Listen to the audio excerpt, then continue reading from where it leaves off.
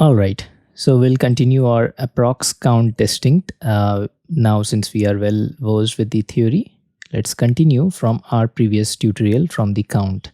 So please make sure you have executed the module 1, which is this one. Otherwise, the our queries will fail. Right. Let's go ahead with a run selected from step 4.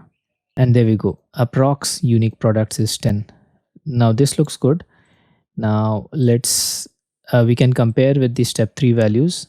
um, like they are close but may not be identical as mentioned. Since it's a small value, small data set, coincidence can be there, but in real life production scenarios there will be kind of little bit difference.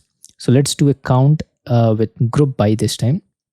We can see the electronics, it's 11, and furniture is 4. Now let's check out the total unique orders, total orders and the unique customers per region. We are doing a group by on region. If you look, let's find it out the data now. So in the east we have 5 and unique customers as 3. Looks good. Now let's proceed with our next statement, which is kind of like without using Python. There's in Python there's a filter, then the condition, and there we go, it ran. Please make sure to select the correct statements, because there are too many comment statement. Error might be thrown otherwise. So this looks good.